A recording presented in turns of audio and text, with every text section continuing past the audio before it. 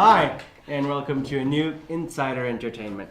Today we're talking about Killing Eve, our new favorite villain, Louis Capaldi, and a reality show coming to Glasgow. Next. So, to kick things off, my favourite Villanelle, is back. But only in the US. I know, you know how much I love the show. I loved last season. I love Sandra Oh. And it was actually so disappointing because I tried to watch it on BBC iPlayer and it wasn't there. So where have you been watching it? I haven't had a chance to actually watch it yet. I have just seen behind the scenes pictures, and then obviously on the internet people from America have been posting spoilers. Yeah. Along with, I know. It's such, and the thing is, because I've been reading the review sites, and apparently something bombastic happens on episode 1, and it's apparently like a really big scene, but not yet for us. I know, it's such a shame, but yeah, it's really a shame that it's not on Netflix. Yeah, definitely. But then things are not looking too good for Netflix users at the moment. You know, they've just announced their price increases again, and that's in the US, UK, Brazil, loads of other countries again. And it wasn't that long ago. It felt like they'd already raised it. Do you know, someone raised this point, which I thought was quite interesting, is that you have to have Netflix, and you have to have Hulu, and then you have to have Amazon Prime, and it's like it's almost the same price as you did when you paid for cable in the 90s. Remember? So it's such a shame that they're doing this. I don't remember. No. Sorry. Well, do you know what? We, the dinosaurs, remember what it was like to pay the cable bill.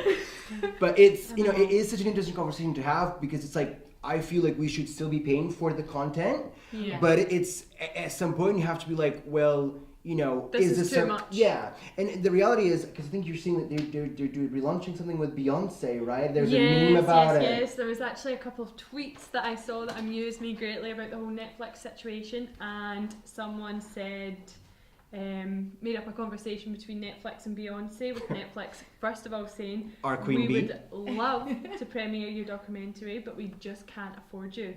With Beyonce saying, raise your membership prices. And that is so they did. Speaking of greats, the show is back after 2-year hiatus.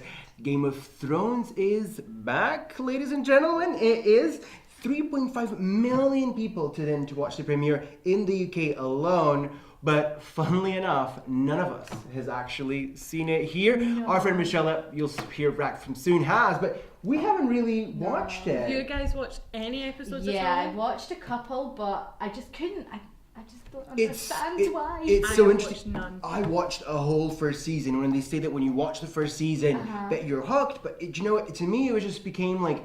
And I watch a lot of trash TV. We know how much trash. I mean, I am the last person watching Grey's Anatomy, but it didn't really speak to me, and it just feels like the whole dragon thing and the Queen and Jon Snow and blah blah. Yeah, I have never ever watched even one episode. I usually like things like that, but just from watching clips and seeing people speak about it, it just totally bores me. I just can't.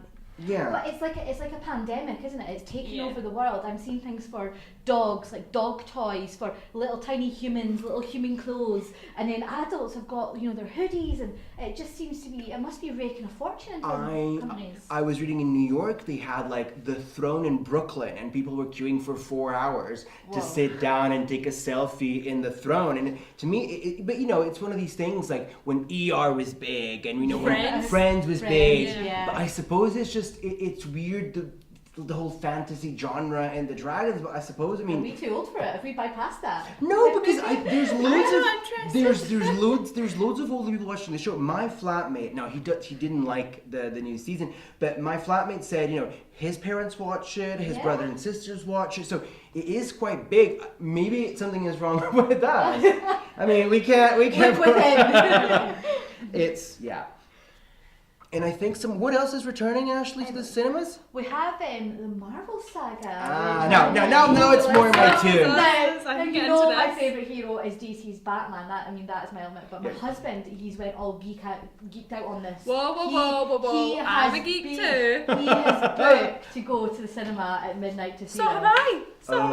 No. I'm going to see Infinity War. And then straight on after, there's a half an hour bathroom break. Everyone will take advantage of, considering the film is 3 hours long. I mean, it's too much. My experience was that I used to, on dating profiles and things, people would be like, oh, I love Marvel and I love this. And I would always kind of act superior. And I was like, well, I like French cinema, blah, blah, blah. And actually, I can imagine you doing that. I was like, well, I like alternative cinema. But actually, I went with a friend, and I think that to me, I went to see Captain Marvel, which, we both loved. Yes. And it just kind of changed the way that I looked at the films, because so much money goes into them, they're actually not horrible. Because I thought they would just be, like, Batman gets lots of bad reviews, all those things. But, like, not horrible. Batman did, but DC, Yeah, like, DC movies, DC, no. but Marvel are actually quite good. Who is your favorite Avenger? Because, like, I have to say mine is Thor. But, the hammer, the hair. Big strong man. I mean, listen, I'm only human. What about you, Amy? Previously, mine was Iron Man, and I do love him to bits. I think he's fantastic, and he's so funny. Robert Downey Jr. is perfect. Just a great job, But Captain Marvel, I have been so excited for so long. I love Brie Larson. I love her character.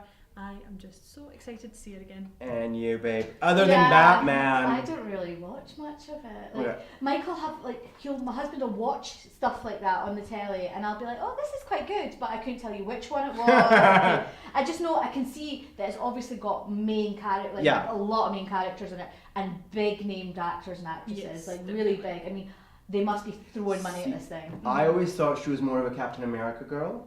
I'll be honest. I think you're Chris Evans. Give me a big strong man. Yeah, I'm with Eric. big strong classic man. I think you're a Captain America girl. Okay. I honestly do think so. I mean, Chris Evans does do a good job. Yeah, but closer to home, guys, our local superhero, I suppose you could call him, Lewis Capaldi, has been on the news recently. I don't know if you guys saw, I've seen a lot more of them, he has been in and around pubs in Glasgow taking pictures with fans, and he's also reportedly bought a home in Denniston instead of LA.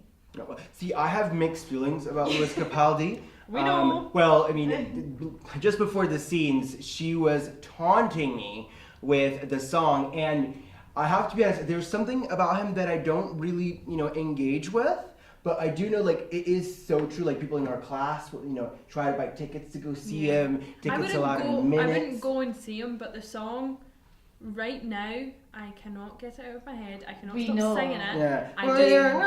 It's like but remember when You're Beautiful and it just kept playing and playing. It's one of these songs that I think everyone will be sick of. And it is such a good song, but because it's overplayed, people are very bored. I mean, I think it's this is like your beautiful moment again. Yeah. I mean, you've been here long enough. These things recycle, don't they? they? Here we are again. Oh, another one. Another one. But I mean, whoever. One thing I have to say about him is that as a male in part of the music industry, you have so much good examples to follow fashion-wise. And I mean, you see Lewis Capaldi in some god-awful things. Like, he is still just a Scottish wee boy, isn't he? Yes, that's what people love about him, though. But, maybe what's endearing about him. Yes. Yeah. But speaking about arrests, I think you have something to tell us about that. Yes, I do. So our colleague Michelle went out to the college, went round about to find out what was the worst piece of advice that people have ever been given. Does anyone here have any? Oh my god, I've got a story to tell you about a really bad perm. And in the interval, we'll be watching At the Perm Photos, so stay put. Hi, I'm Michelle, and I'm here today to find out some of the worst advice people have been given. I'm sure there have been a few things, but one that stands out is when I was at high school, I wanted to be a journalist, which I had known for a long time, and my guidance tutor at school advised me to go and study history or English at university, or basically said go and get a good arts degree. So I went and did that, and then after applying for about 50 jobs, realised that I couldn't get straight into journalism, so I had to go and self-fund a postgrad, which then got me into journalism, but that cost a lot of money and a lot of time. So looking back, I wish I'd stuck to my guns and just gone straight into study journalism. Then I could have gone straight into the industry. Eating beans before a football match because then I stink out the whole row when I'm sitting watching the game. Mid-asthma attack, just breathe. The worst advice I was ever given was to go to college or university straight out of high school because that was the expected thing to do. I wish I'd just taken some time to travel because I ended up doing a course I really didn't enjoy, even though going to university or college is the right choice. For some people straight out of high school, it's definitely not the right choice for everyone.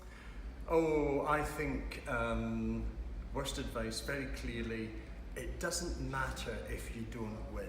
It doesn't matter if you don't come first. It does. I'm in to win. It does matter. It still hurts. Hey guys, thanks again and thanks for staying.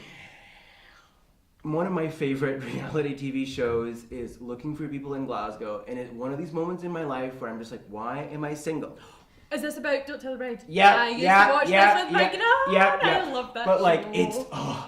you know, like the whole setting, it's always set up for fail. Like it's always like a woman, and she's like, I'm a princess. The guy's like, and I like cars, so I decided our wedding is going to be in a car race. And she's like, Or a football "Christ." stadium. I know. A farm. Oh my goodness, I once saw one, and someone decided to have their wedding on a farm. It was chucking it down with rain. It was miserable. I saw this one, and she was everyone like, was packing over their heels. remember It she was screaming. She's like, I'm wearing wellies in my wedding day. I just love. I would be so mad. But the thing is, wouldn't you just immediately go for a divorce? Like, imagine, I want to spend the rest of my life with this person, and they think I'm a country girl. But one person recently there was made show history and refused to get married. One couple, yeah.